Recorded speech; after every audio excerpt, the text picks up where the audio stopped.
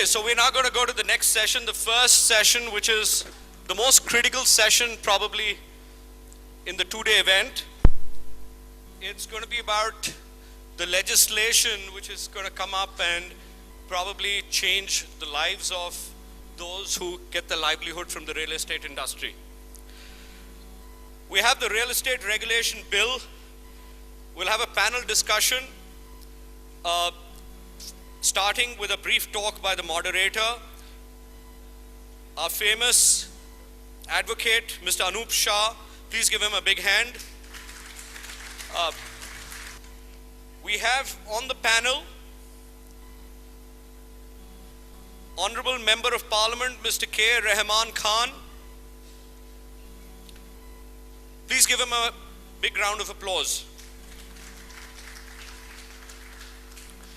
The Chairman and Managing Director of Sobha Limited, Mr. J.C. Sharma. The Chairman, National Association of Realtors India, Mr. Ravi Varma. Governing Body Member, NAR India, Mr. S.K. Mittal. Vice Chairman, NAR India, Mr. Farooq Mahmood. Ladies and gentlemen, please give them a big hand. May we have the mics for them as well? This is probably the most important session in this entire conference, like I mentioned. We have an ongoing bill which is with the Parliament. There's a lot of discussions going back and forth. We were very successful as NAR India to get the word broker, or the recognition of a broker, into the business.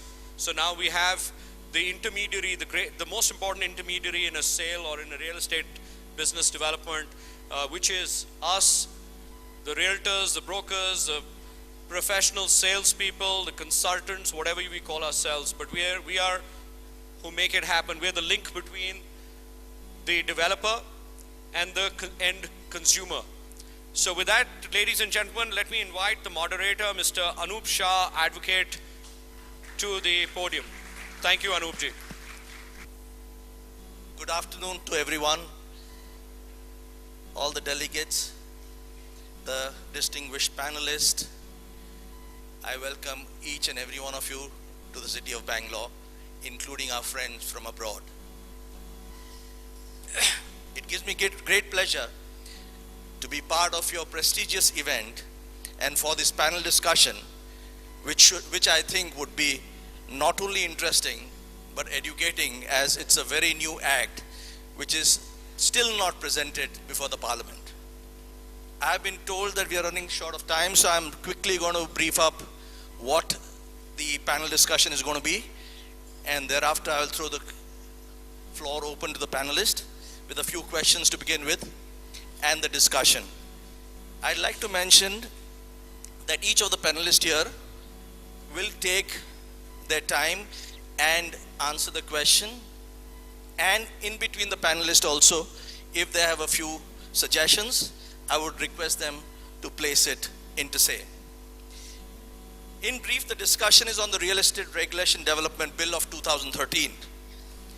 The bill is currently in the form and still under debate and still not been presented in the Parliament.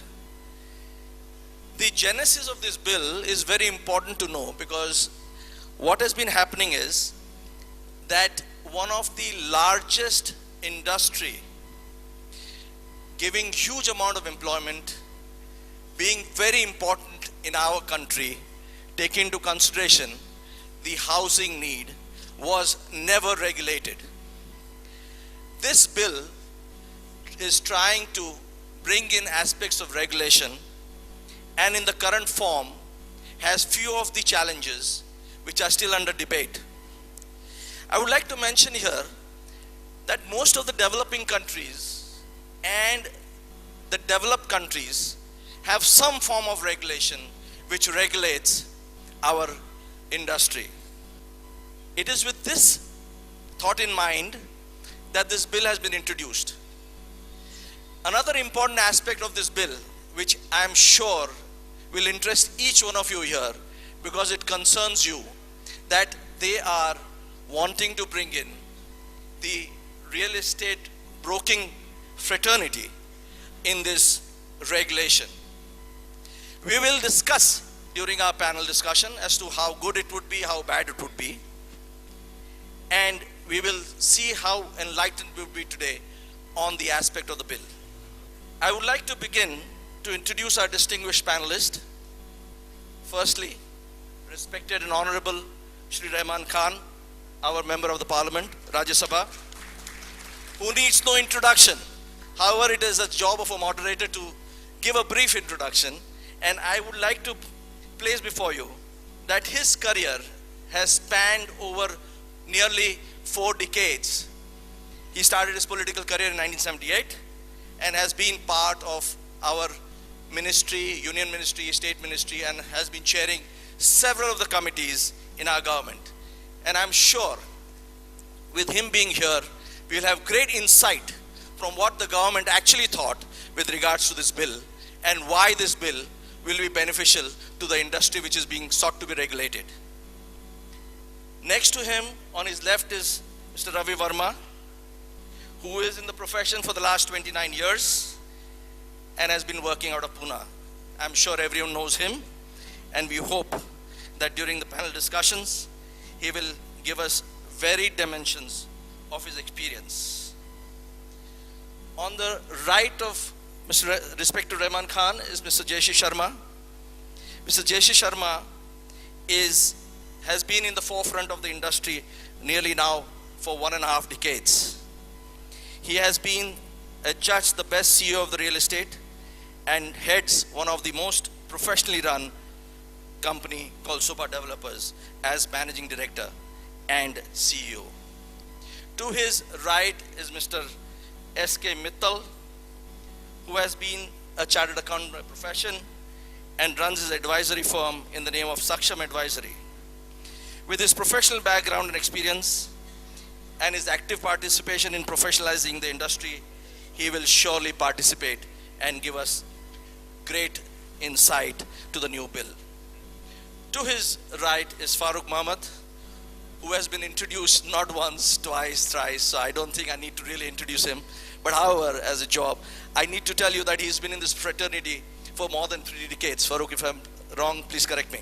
And has been heading one of the largest real estate realty firm called Silverline. He does not only work with several committees, but he is also in some of the charitable institutions in Bangalore. With this, gentlemen, I open up the panel discussion. And with one first question going to Mr. Sharma to say, is this bill really needed to regulate our industry? See, this is the bill which has a preface, Real Estate Regulation and Development Act. So from my perspective, as far as the development of an industry is concerned, we definitely need an act. And if an industry needs to be developed, then it also needs to be regulated. So there need not be any doubt that all the stakeholders today who represent this great industry, if they come under one particular act which helps this industry to develop as well as get regulated, it is going to benefit our other stakeholders, which are the customers. And if the customers get the benefit out of any provision of the law, it is my strong belief that that act is needed. So I do admit that while we are being governed and regulated through multiple state and central laws, time has come that we need to have one central regulation which ensures lots of clarity to all the stakeholders and which helps and aids in developing this industry. May I request respected Rahman Khan to throw some light on how the bill will help the industry and growing the nation. Good afternoon. The question whether how this law, which is in the making yet, will help the industry. Definitely, as Mr. Sharma has rightly said, every industry needs to be regulated if it wants to serve and ultimately serve the stakeholders, various stakeholders which is connected with any industry. We have a number of regulatory mechanism in various areas. So really, real estate is one of the major industry in the country. It needs a regulatory mechanism. So there is no two opinion about the need for a regulatory mechanism, that is a statute is required. And statutes always help. It is not that only to regulate, that to control, but it will bring discipline in any industry. It will help to develop, and it will help to have a confidence of all stakeholders in their stake in any industry. So with this, there is need for a law, and the law has been first thought of. Of course, you know, when a law is enacted, it gets go through various suggestions, various stages. This bill also, when it was formulated, and lot of discussion has taken place with the industries, with the stakeholders, and ultimately a bill was introduced in 2013, the Real Estate Development Bill, which went through the various stage, and it was gone through a departmental standing committee, and the Parliament has, the standing committee has discussed with all the stakeholders, and now there are certain changes were brought again in the 2015 bill, and those changes were also in the interest of the industry only, and those changes are before the Parliament. Now this bill, after introducing the revised bill of 2015, it has gone through the select committee again, and the select committee, after getting various opinions and with the stakeholders, with industries, with real estate, with developers, have submitted their report just on 30th July to the Parliament. Hopefully, in the next winter session, the law should come before the Parliament, and then still there is time for you to debate as to about the recommendations of the standing committee, and what more changes is required for the industry, because ultimately this comes before the Parliament, and your discussion here will help for a purposeful debate in the Parliament. Thank you, sir. I would not agree less with the respected member of the Parliament, because it's not only that we are trying to regulate, but it's worldwide there are bodies which regulate our industry. Going further, I'd just like to ask Ravi that how would you think that the bill would bring about transparency and bring about confidence in the buyer as far as your field is concerned? Allow me just a little more time to explain three aspects of the bill. It covers the manufacturers, which means that developers will have to have a license. It covers the customer. It gives them standardization and transparency at all levels. Standardization across the country. Today, the situation in India is one city is following some set of norms, another state is following another set of norms. So this bill will standardize practices of manufacturing and expectations from people who are selling across the country. Yeah, but last but not the least, the broking community, which was never even thought of as a stakeholder, has been made a stakeholder in this bill. And not only that, the select parliamentary committee went on a road trip across the country and have taken inputs from everybody. I have represented our association 2 times, once in Bombay and once in Delhi.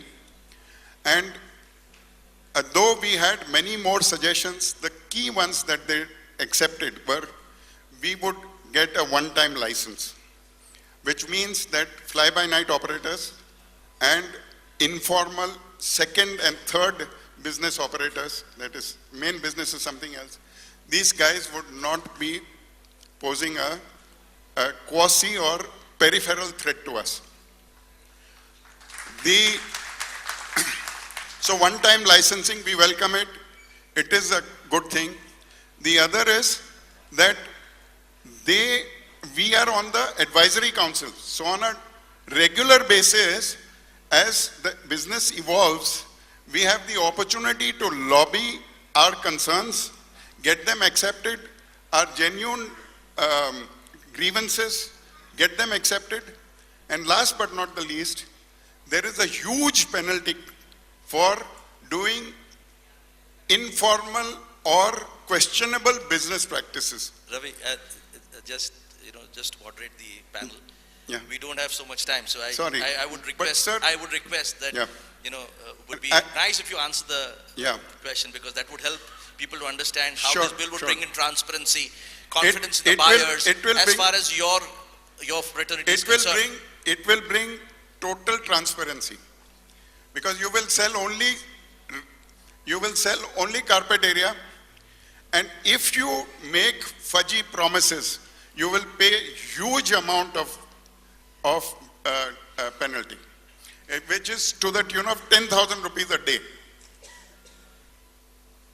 Can I ask Mr. Mittal, he's been a chartered accountant and I'm sure he runs an advisory firm. So how would this bill, if you take into its totality, bring about, the lost confidence that private equity players, the FDIs, will this bring about some amount or a great amount of, investor confidence in our real estate industry? Thank you, Mr. Shah. Before I come to the question, I will take just 30 seconds. Friends, firstly, let us acknowledge that the three sides sitting on the panel, he introduced me as chartered accountant. You should be happy to know that the promoter and developer side is also chartered accountant. Mr. Yeah, J.C. Sharma is chartered actually- accountant. And Sharma ji is also a chartered accountant, but I think I've Sir known him for 20 Rahman years. Sir Rahman sir, from the government side is also chartered accountant. So you can see the transparency and the professionalism, what is coming, the broking side, the developer side, the government itself. All are chartered accountant and the professional. So this is Thank you, something. Mr. Mittal, for filling it in. Thank you. Now coming to the question, this bill process was started in 2005. And the idea of that was that real estate sector, being even a large sector, was not able to get the funding. Forget about the overseas funding, even the institutional funding in India was very difficult at that time. And there was clear need of a regulation and clear need of transparency, which this bill will give. Now, in 10 years, it has gone through various phases, as it was just explained by the earlier panels. So it is very clear that if we compare like the capital market, we all know what was the capital market 20 years before. No funds were available, foreign equity were not available, FIs were not there. Similarly, in real estate sector also, since there was no regulation, and of course the transparency was there, but the compliance was not there. Since there was no regulator or authority, now since the compliance will also be there, so the people will have the confidence. So the funding will improve domestically, and definitely there is a PE funding which is happening over a period, but they had the bad experience, we all know.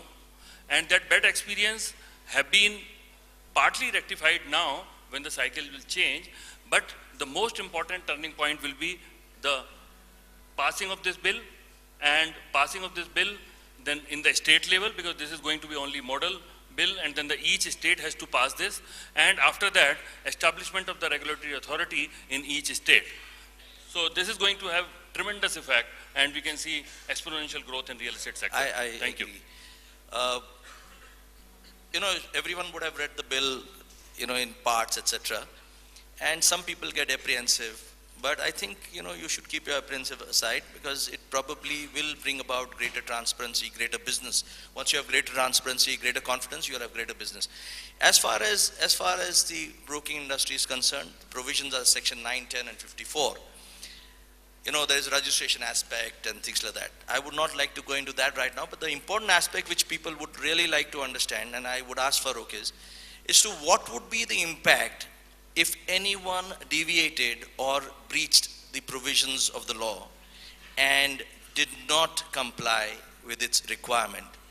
And if Farooq can, tell us a little bit about what would be the impact on people who have registered with the regulatory authority. Thank you, Anup. First and foremost, I think the bill is a welcome change to bring about fair business practices. I think we've always been self-regulated. We've always practiced self-regulation. Second thing is, we're on air, but I'd like to say this. In India, licensing means a different thing. We all understand that licensing doesn't generally mean merits and you get a license to that. Most important from a perspective of a broker or a realtor, if he defaults, he should be punished. But the criticism that I have on this to the government is, the broker makes 2% brokerage, and you would like to levy a penalty of, I think, 3 times or 5% for something that he's not responsible. He introduces the seller to the buyer in good faith, and for non-performance of the developer, he gets penalized maybe 2 times or even up to 5 times, which is now under debate. So this, I think, is a draconian law. We need to work on this and request the government to rework this, because with something like this, yes, you need some draconian laws to bring about transparency, but what is a broker's role?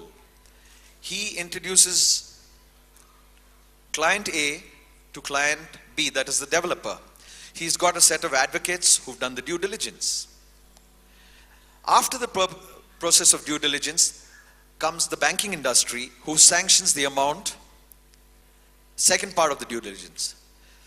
Third and only part is, if a developer defaults on time, which is generally the case, 3 to 6 months is a given because of so many issues which are pending, clearances, non-availability of materials. Why should the broker be penalized for delays of a developer? This is something beyond my reach and my comprehension, that if he's making 2%, penalize him to the extent of 2% that he's making and not charge him more. That's my submission to the government. I just want to add something here. Apart from the percentage, I think Farooq has missed out on the aspect of the fact that initially there is a penalty of 10,000 rupees a day till the default is rectified. The cumulative impact could be 5% of the value of the transaction that you are involved in. But as Farooq said, the community can make representation to the government and they could probably review it. Respected sir, there was one more question which we thought was very important for us to understand.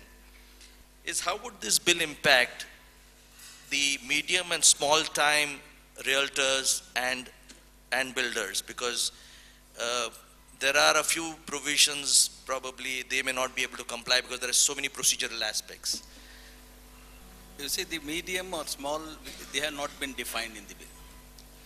The only definition is what is the area, minimum area to be developed, and also the number of apartments which you can have 8 or 8, I think, now.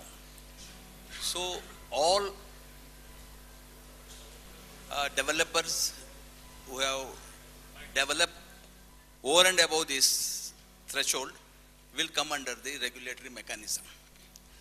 Now one of the suggestion during the select committee was to, because now you have to only register the project with the regulatory authority. One of the suggestion, one of the dissent note which has been submitted in that, it has been said that the developer should be first registered.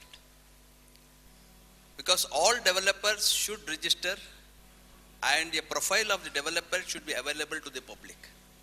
Now today, though during the registration of the project you have to give the profile of the developer, but it is a good suggestion in my view that as we register several others, like a company we register, there will be similarly, if the industry should debate whether the real estate developers are also to be registered and a unique number is to be given to them. There you can have various categories of developers so that they can be helped to develop smaller houses, this and all that. That is to be, that suggestion should come from the industry, and because that is one of the suggestion that the developers should be registered. There we have in similar, in Companies Act, in various other things, we have different sizes of companies. Here also that can be considered. That's a great insight, respected sir. And I'm sure the industry will probably pick it up and get a cue from what the respected minister has said. You know, we've all heard about the aspect, you know, that how much area am I going to get? What is the super built up area? What is the carpet area? Am I going to get what I've been promised? The act probably now brings in the aspect that the sales will probably be done as carpet area.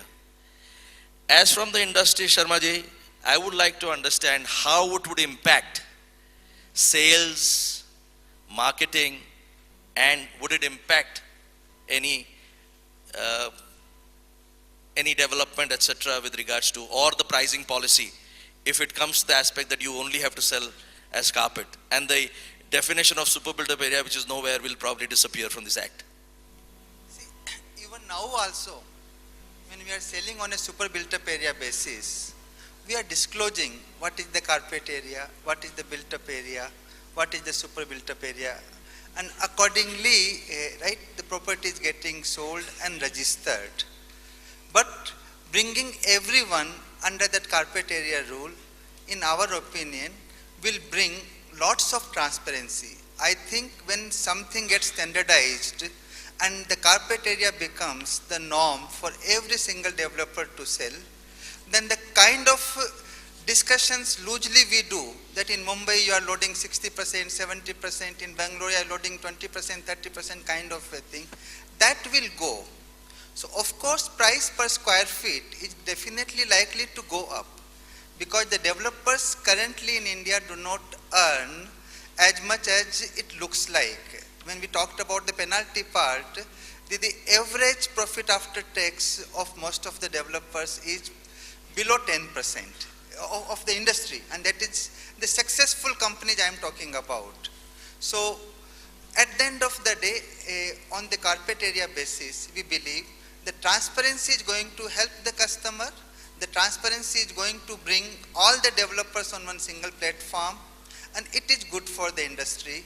Though the price per square feet, it will look little bit more than what currently it is being sold. That was from the builder's perspective. I would ask Mr. Mittal at least to say from what the brokers could face challenge with regards to sale in carpets. Because, you know, Farooq mentioned about the transparency, etc. Whether this will affect your marketing strategies for sale of units. I don't think so that it will have any impact as far as the carpet area is concerned. As Mr. Sharma explained and advocated very well, that when we are talking of carpet area, it doesn't mean that anything less is to be charged.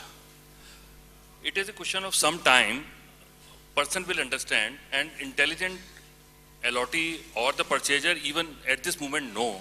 But the human mind talks in terms of numbers, you know, when you take carpet area, the number becomes big. Would it affect? I think this is going to give rather a comfort to the purchaser, because in some cases what was happening due to the changes in approvals and area, with the same carpet area, the super area finally was changed at the time of delivery. Now that kind of situation will not happen. That has to be taken care. All regulatory process with regard to the approvals has to be done before that. So I think it is going to be very, very clear indication and comfort to the allottee that he is going to get what and at what price, at what time. These are the two very important aspects, which at this moment there were always concerned. At what time he get it, which is defined now. What he will get it, this is also defined. And who is selling, he has to sell according to what the authority has approved the prospectus. So everything is defined from that perspective. Thank you. I think Farooq wants to put in a few words, and thereafter I will have only one question, but I'd like to open up the panel discussion to the guests here for 10 minutes, and we will take 1, 2, 3, 4, 5, 6, 8 questions, because I think I've been warned that I have to complete the session in some time. Farooq, please.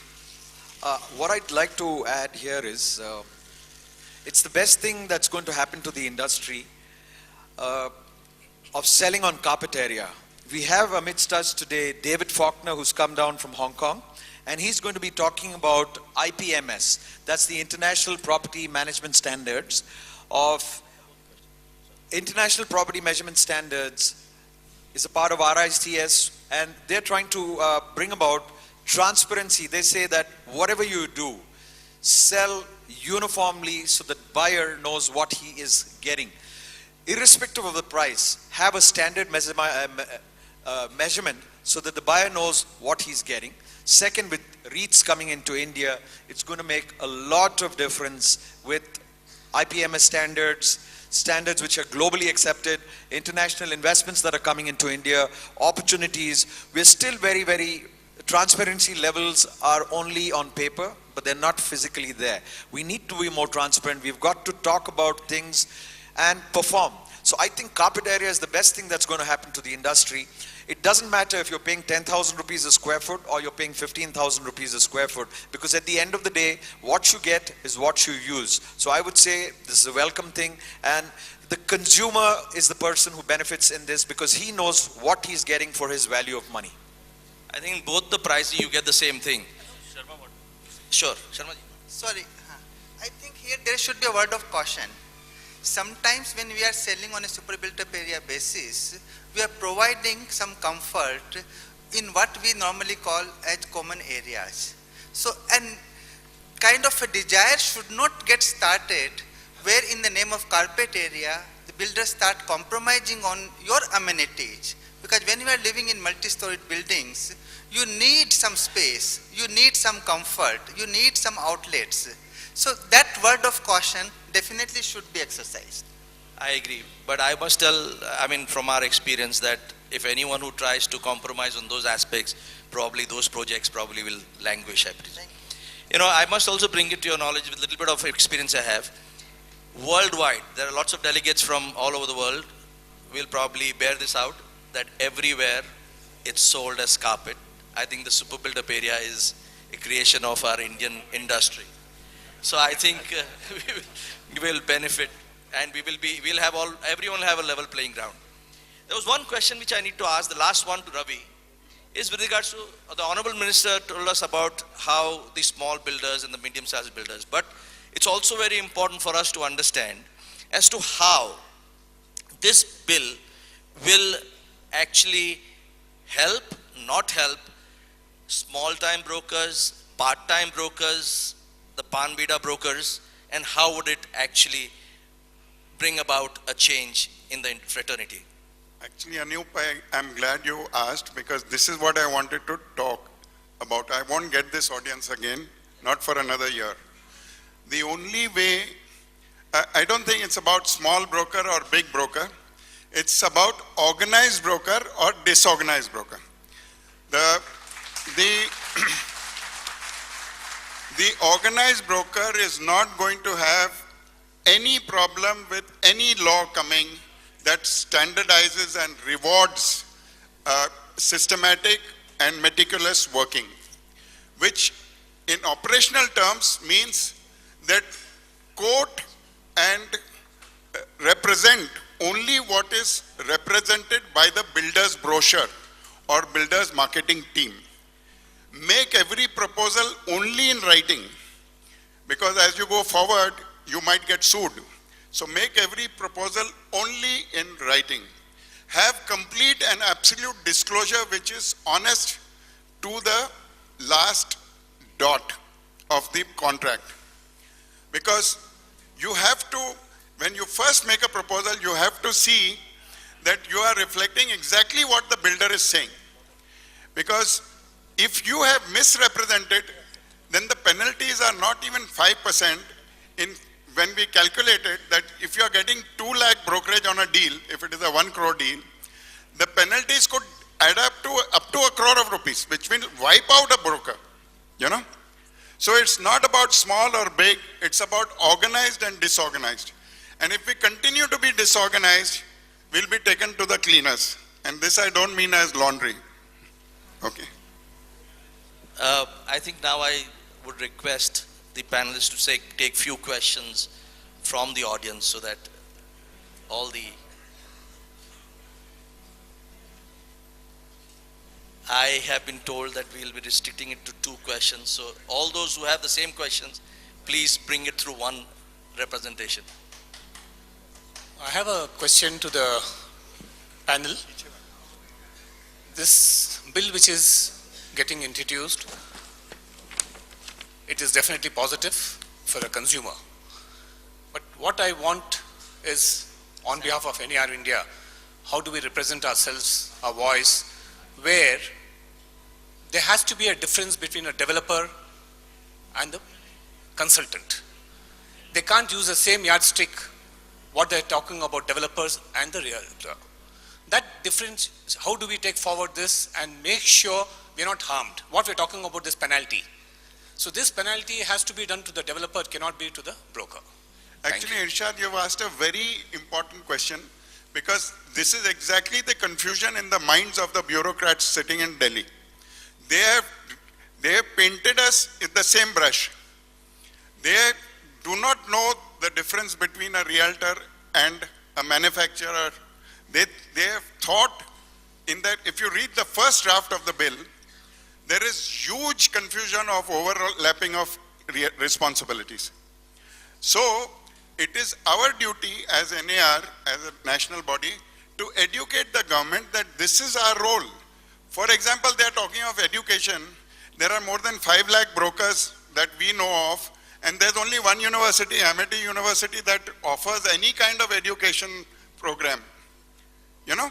So how are you going to educate so many people? So we said that this is where we come in. We have various modules. We are already doing it. We have online examinations. We have online training, which we can share with everybody. So it's a process of educating the powers that be. And this is where lobbying will come in. Hello. Sure. See, as regards the penalty, see, you need not worry about the penalties. Each responsibility is defined. You will be penalized when your part of the responsibility, if it is not carried out. So there is a definite change. Who is a realtor, who is a broker, who is a developer is clearly defined. If a broker's responsibility fails in the broker's responsibility, then only you will be penalized. Not that a developer commits a mistake and then you will be penalized. Absolutely you need right. not have that apprehension. Right. No, respected sir is absolutely right. I think that that distinction needed to be brought to light. Hello. Yeah, my name is Vinod Thakkar. I represent Area Group Mumbai. My question is to Farooq, Sushilji and Ravi. As discussed and said in the bill that the developer will be registered and the projects will be uploaded on the regulator's website where it will be approved and then only it will be uploaded. Now what is happening, customer comes to a realtor because there are 10 projects and 10 developers in one location. Customer is confused that which developer is good, the title of the property is clear or not, what kind of record the developer brings with. So there is the importance of a realtor to advise and coach them that which project they should go. But what will happen if, everything is transparent and it is on the website of the regulator, why will consumer come to realtor?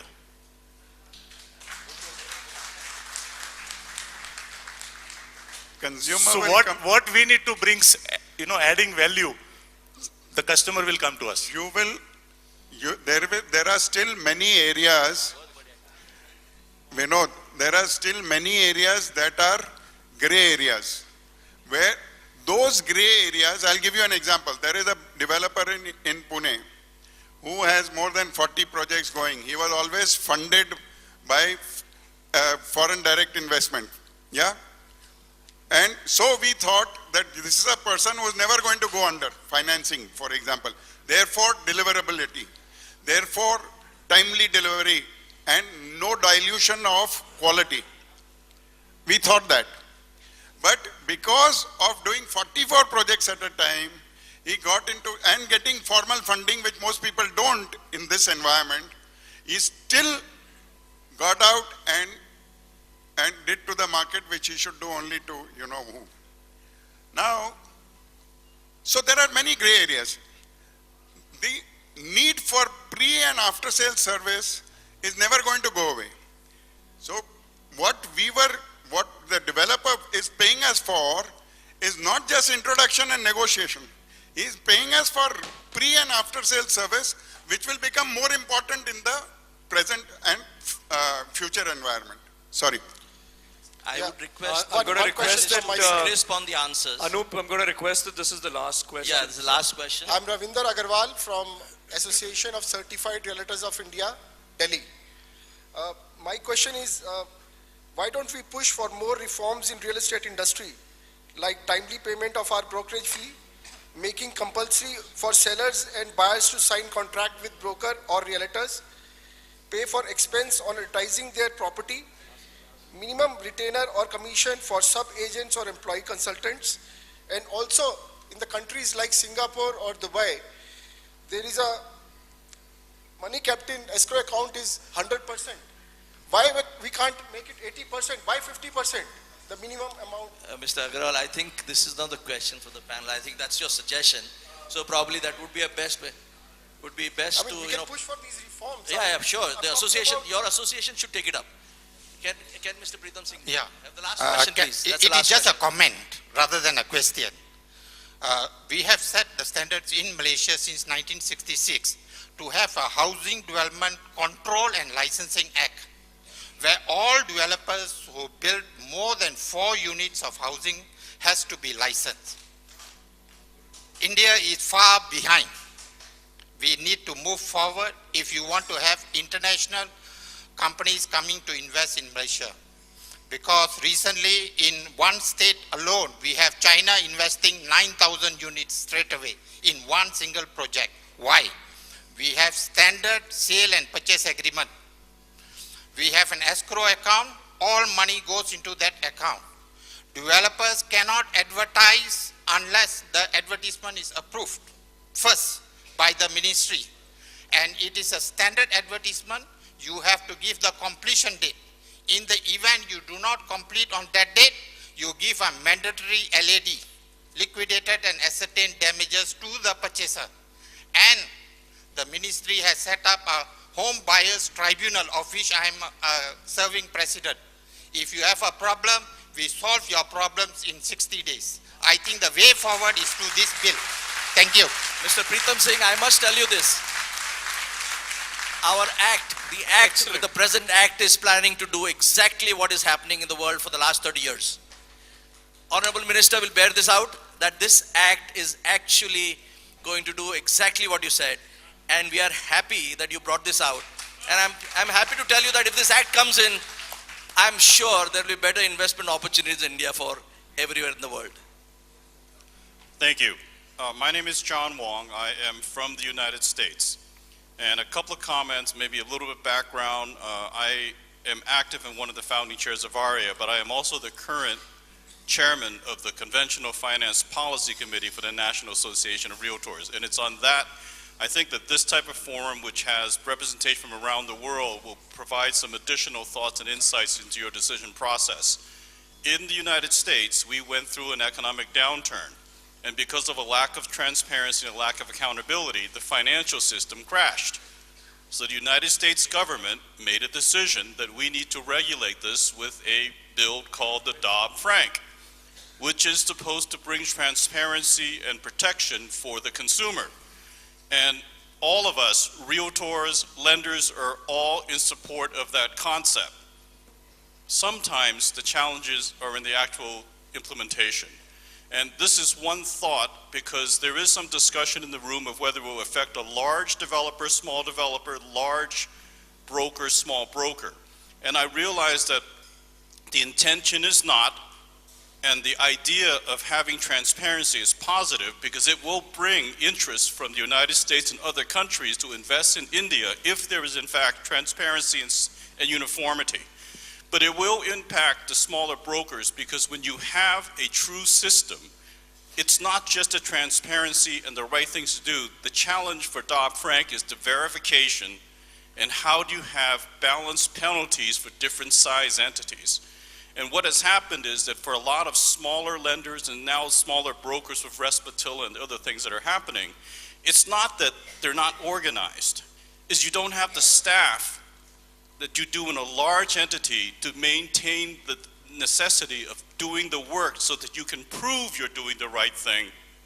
And smaller entities just don't have that staff. Take that into consideration when you're doing this, that you have the right idea in what you're doing, but recognize that when you're implementing it with different size entities, you need to take that into account. Thank you for Thank you, thank you. And Thank you very much. The last comment, which, after hearing the audience, after hearing the panelists, I'm sure everyone will agree that this bill is beneficial to both the builders as well as the realtors, broking industry. Maybe it will require a little bit of ironing, little bit of, reviewing. But I think, all in all, from the discussions, I think it's a good way forward for India, and it's a good bill. Thank you very much. I thank each of the panelists here. Thank you very much. I wanted to ask one question. May I request you? Thank you, the audience, for hearing it out, and great audience. Thank you. Thank you, Anup. May I request the panelists to stay there, and I'm going to ask some of the members to come in and give mementos to the non-NAR India family members.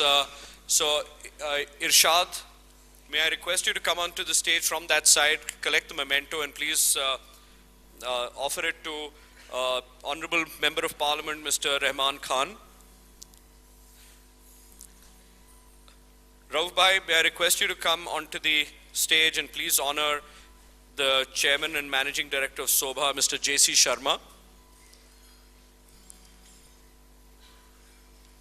And Shailendra, may I request you to please honor Mr. Anup Shah, advocate and friend of NAR India. I know we take a lot of legal opinion from him as well.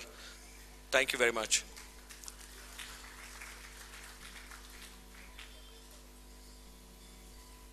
Okay, I think, may I request Mr. Garda to come up and give a memento to Mr. Ravi Verma. May I request Mr. Ayub Khan to come up and give a memento to Mr. S.K. Mittal. And